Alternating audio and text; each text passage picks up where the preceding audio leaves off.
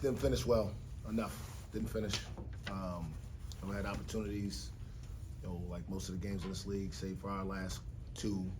These games usually come down to the last 4 minutes, and the team that executes best gets the best shots. Just connected defensively, finishes plays with rebounds, makes some free throws, usually wins. We didn't do any of those things well enough today to beat a good team here. Was defensively, were you guys better today, did you feel? In some areas, yeah. We weren't good enough in some really key moments, though. The layup with 2 seconds on the shot clock. Obviously, the three Masood hits, because we blow up a switch. He's a guard. You just switch the ball screen, and you'll find he's going to go to the perimeter. And then Keontae's three, similarly. I mean, he just raises. There's no action there. Key moments, and so better, but got to be good enough to win. And today we weren't good enough to win. What does it take to get back to where you guys had been defensively? I mean, the same thing is always taken. Great effort, great concentration, great connectivity, and we had it today in some moments. We had it today in some real spurts. Got some easy baskets because of it, but just not enough in really crunch time to ultimately overcome, a team that has the ability to make you pay when you're not as connected, and when you have a breakdown, and really disappointing for our seniors, especially for our alums who are back, and for our fans. The closeouts, so on the baseline, was that just them making plays? That's some of the things you're talking about. Looked like they were able to get some penetration. You closing out, they drive by and get some layups, or they kick out to somebody else. Yeah, I mean, if you're talking about Noel, and obviously they put him in a lot of pick and rolls, and you got to figure out how you're going to guard him. And obviously early, we were in drop coverage, and they made a couple deep threes, and so we adjusted to coming up and having a second defender involved a little bit longer. And so he was able to get down into the paint some and collapse the defense and kick out to some other guys. But for the most part, that didn't really bother us. It was really simpler than that. It was really, again, the three plays in my mind. Masood's three on a simple, basically guard ball screen. Johnson's three, and then the baseline out play where you just make the guy go away from the basket. I mean, it's a real basic principle. You can't get back up there and give up a layup. I mean, if he throws out to three and you challenge one and he throws it in, you live with it. But that didn't happen, obviously. How much do you get the sense you guys are back against the wall now? How much do you approach that week? Listen, you start this league with your back against the wall. When I don't remember when it was maybe 6 weeks ago, and people were talking about the hardest remaining schedules in the country, in the top 10 or the 10 Big 12 teams, excuse me. So yeah, I mean that's what you're facing every game. So your back's always against the wall in this league, because you can play well and lose. We didn't play poorly today. I thought we played poorly last Saturday. We didn't play poorly today. We didn't play good enough to win.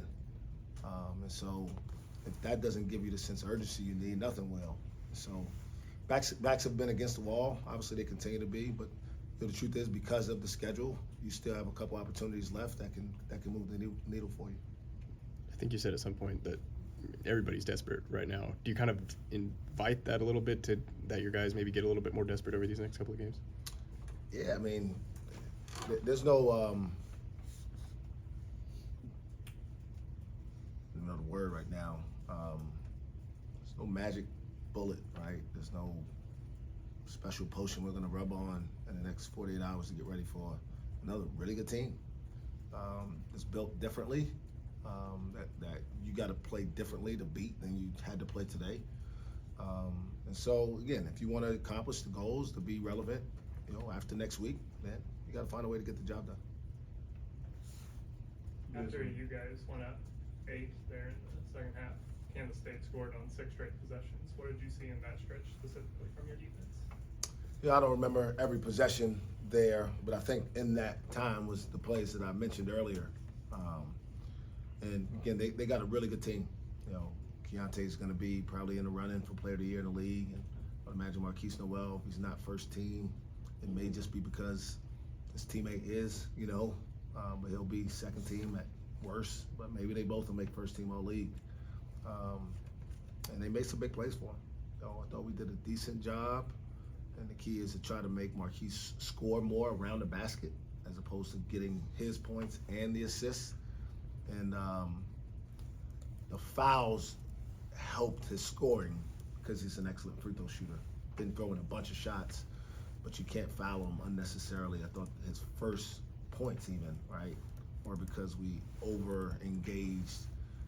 And he plays it well. He's a good player, and that's what they do. But K-State made the shots they needed to make when they were open.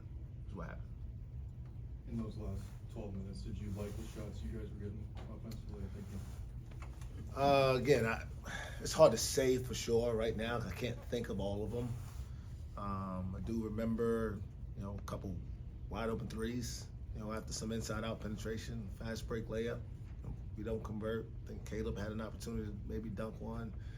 So again, without having every shot in my mind, I feel good. Feel better that we only had 11 turnovers. Meaning we got shots. And I think we got them from the right guys. But I'll have to go back to confirm that with the video. But again, just sitting here right now, I don't remember any that were like, man, we just absolutely can't take that shot right now. Woody's three was wide open on a kick out. That's one I remember. John Michael, I think he spun into one. So maybe those just because of the timing. But I thought we did, for the most part, get the ball where we wanted and got the shots we wanted. Coach, is it hard after winning 7 of 8 games to now losing 4 consecutive games to not think about making the NCAA tournament? Is it hard to not think about not making it? Yeah, is it hard I don't know if my brain works that deep, actually. Let's see, I'm trying to decipher how to even answer this. I don't know if I think that deeply, to be honest. I think what I'm focused on right now is making sure our guys understand that they're the same team that won 7 of 8. We're a little bit different from a personnel standpoint. Avery obviously was a part of starting that with us, and he's now been out for several games, though. So, and we got to have a good practice tomorrow to get ready for a really good team. The big picture stuff, if you don't take care today, it doesn't matter. Do you talk to you guys at all? You said you just talking the next game, or do you even talking about the big picture stuff, the tournament? Or just, I mean, we certainly talk about it. I mean, it's a real thing that these guys want to accomplish, and I want for them,